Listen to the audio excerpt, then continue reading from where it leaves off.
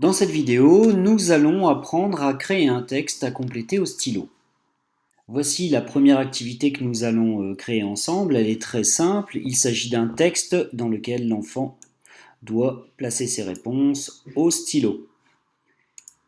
Alors, quelles sont les notions que nous allons voir ensemble? Tout d'abord, comment organiser son travail dans un dossier, choisir la largeur de sa page. Je vais vous présenter la page de titre que l'on voit actuellement, comment ajouter une page, comment utiliser l'outil texte, l'outil crayon, l'outil gomme et comment verrouiller les éléments pour que rien ne bouge. Je commence par ouvrir le logiciel OpenSankoré. Donc j'arrive sur une page blanche en mode tableau. Je vais passer tout de suite en mode document. Donc là, dans mon mode document, je vois qu'actuellement, un nouveau fichier a été créé automatiquement avec la date et l'heure. Je vais organiser mon travail d'orthographe dans un dossier que je vais appeler orthographe pour mieux classer mon travail. Donc pour créer un dossier, vous cliquez sur Nouveau dossier.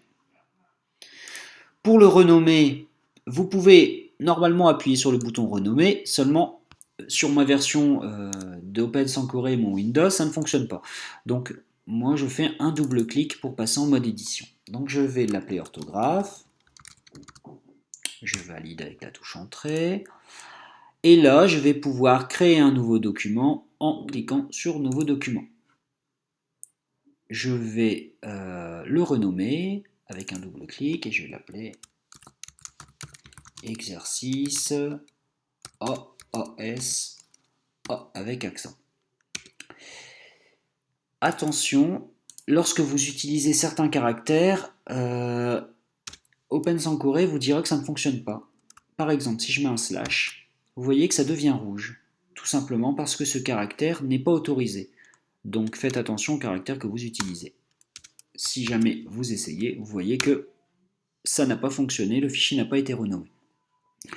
Donc là, je suis bien sur mon fichier exercice puisque j'ai une petite flèche verte, voilà, avec ma page de titre. Alors à tout moment, je peux réorganiser mes fichiers en les déplaçant en maintenant votre bouton gauche. Donc je vais pouvoir les reclasser. De même que mon dossier orthographe, je peux le classer par exemple dans ce dossier formation. Voilà, vous pouvez réorganiser votre travail. Donc là, moi je vais le remettre dans mes documents. Si jamais vous supprimez un dossier, vous pouvez donc en mettant dans la corbeille, vous pouvez toujours aller récupérer vos travaux en ouvrant la corbeille. Voilà. Donc ici, ça y est, j'ai ma page de titre. Alors maintenant, je vais aller sur ma page de titre, je fais un double clic et j'atterris automatiquement sur ma première page.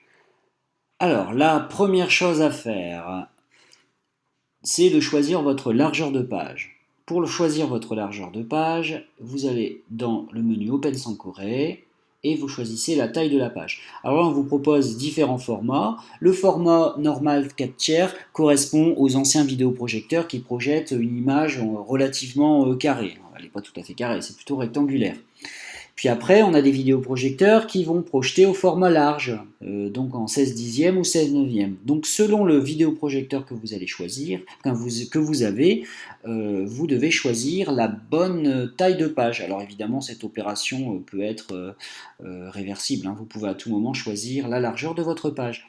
Donc là, par exemple, je suis en format 4 tiers, on voit que j'ai des marges sur le côté. Si je passe au format large, on voit que ces marges ont été reculées. Alors si vous mettez un objet en dehors des marges, il n'y a aucun problème, il apparaîtra toujours sur votre écran. Par contre, sur votre vidéoprojecteur, vous risquez d'être embêté. Voilà, donc ça c'était pour la largeur de page. Donc maintenant sur ma page de titre, donc je vais ouvrir mon volet qui était masqué en utilisant cette petite flèche. Donc la première page, c'est votre page de titre sur laquelle vous allez faire apparaître les informations de votre activité. Donc pour l'éditer, vous cliquez sur le crayon. On vous invite à donner un nom. Donc, je vais marquer exercice AAS avec accent. L'auteur, je vais mettre, donc il peut y avoir plusieurs auteurs, donc je vais mettre mon nom. Voilà.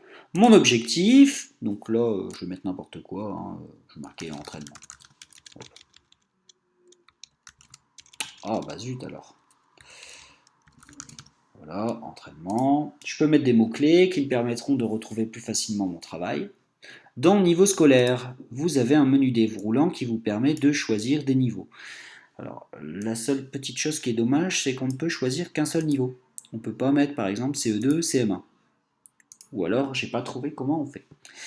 La discipline, donc vous avez un menu déroulant qui vous permet de choisir des choses. Tiens, tweak. Hop, allez, on va mettre tweak. Et je peux choisir ce que c'est comme type d'activité. Donc là, c'est un exercice.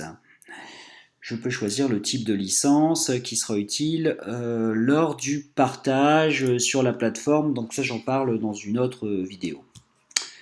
Enfin, je peux ajouter un fichier, par exemple un fichier PDF, ma préparation, une correction, des documents complémentaires, etc. Donc ça, je peux le faire en mettant le titre avec le bouton ici parcourir. Donc, et je vais aller chercher dans mon ordinateur le fichier que je veux joindre. Donc voilà, une fois que j'ai terminé, je clique ailleurs et hop, vous voyez que le titre que j'ai renseigné en haut à gauche apparaît sur ma page au centre, plein milieu. Donc voilà.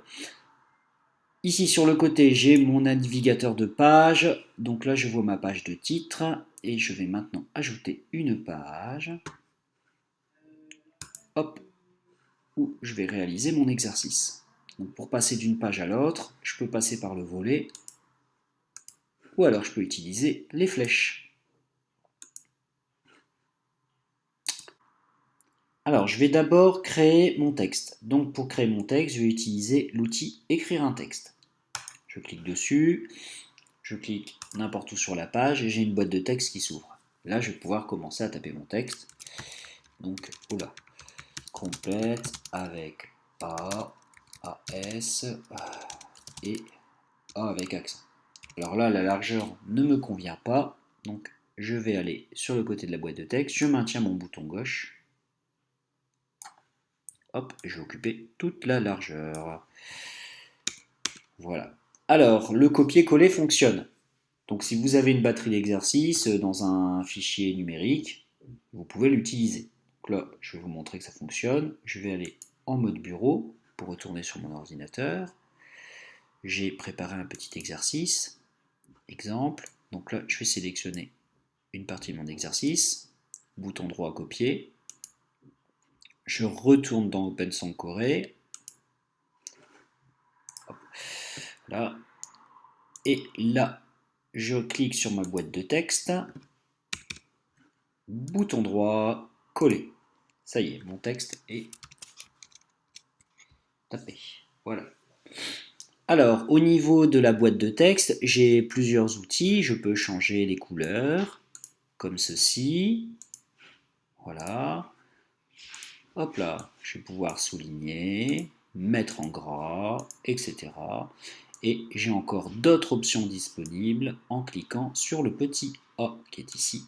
Donc là, je vais pouvoir changer la police, voilà, mettre en taille 48 par exemple. Hop. Allez, tiens, en écolier. Oh là. Oh, c'est très laid ce que je viens de faire. On va corriger cette horreur tout de suite. Bon, je vais pas m'étendre là-dessus. Hein. Hop, allez, on va remettre en Arial. Voilà. Et là, je vais enlever le gras et le soulignement. Voilà, c'est un peu plus propre. Voilà. Donc ça y est, mon texte a été tapé. Donc maintenant, l'élève, lui, va devoir compléter en utilisant le crayon. Alors, on clique sur le crayon et il va pouvoir choisir sa couleur de crayon. Par exemple, le bleu. Et il va compléter. Voilà. Ah mince, je me suis trompé. Donc, je vais utiliser la gomme. Je clique sur la gomme. Alors, j'ai différentes tailles de gomme. Hein. D'accord. Voilà. Donc là, je vais prendre la petite et je vais gommer mon erreur. Alors, j'ai la possibilité aussi, quand je suis au tableau, c'est de déplacer des objets. Donc là, par exemple, si je veux déplacer mon A pour le mettre ailleurs, je vais passer par ce petit doigt qui est ici, interagir avec les objets. Et lorsque je clique sur le A, ah ouais, ça arrive aussi. parce que j'ai levé le crayon. Donc à ce moment-là, je suis un petit peu roulé. Ça ne fonctionne pas. Voilà. Là, ça fonctionne par contre, parce que je n'ai pas levé mon crayon. Le seul petit problème, c'est que si vous utilisez cette flèche de sélection, quand vous cliquez sur un objet, comme par exemple le texte, hop, vous passez en mode édition. Donc, l'élève, lui, utilisera plutôt le doigt, puisque lorsqu'on clique, par exemple, sur le texte, vous voyez que vous ne pouvez pas l'éditer. Par contre, si jamais je veux déplacer ce A, et que l'élève clique légèrement à côté, vous voyez qu'il déplace tout le texte. Alors ça peut être un petit peu embêtant. Donc il y a une fonction dans le logiciel qui vous permet de contourner ce problème en verrouillant l'objet. Donc pour verrouiller l'objet, vous repassez en mode édition, vous cliquez sur l'objet. Ici sur cette petite flèche, vous cliquez, un menu déroulant apparaît et vous permet de verrouiller l'objet. Ça y est, il est verrouillé, donc je peux toujours l'éditer, hein. Moi, le professeur, je peux l'éditer. Par contre, je ne peux plus le déplacer. Et l'élève, lui, en utilisant le doigt pour interagir, ne peut absolument plus le bouger. Il ne peut plus que bouger les objets qui n'ont pas été verrouillés, comme par exemple le A. Voilà. Donc le stylo, la gomme, le doigt interagir avec les objets, pour l'enfant et pour le professeur, cette petite flèche qui permet de sélectionner et d'éditer les objets. Dans les autres boutons utiles, nous avons cette main qui permet de se déplacer la page, un peu comme un ascenseur. Voilà, déplacer le contenu de la page. Puis après, vous avez la fonction zoom qui permet de zoomer sur des parties de votre page. Autre option intéressante, le pointeur laser qui permet de mettre en valeur une partie de la page, voilà, sans faire de traces.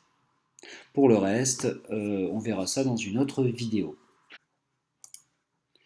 Alors, lorsque je quitte le logiciel, en passant par le menu Open Sankore et quitter, vous voyez que le logiciel ne m'a pas demandé si je voulais enregistrer mon travail, tout simplement parce que c'est automatique.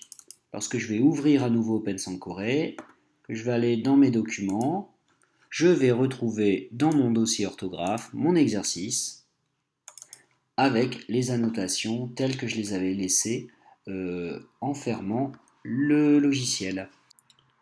Voilà, c'est tout pour cette vidéo. Dans la prochaine, à partir de cet exercice, je vais vous montrer la fonction polarité qui est très intéressante.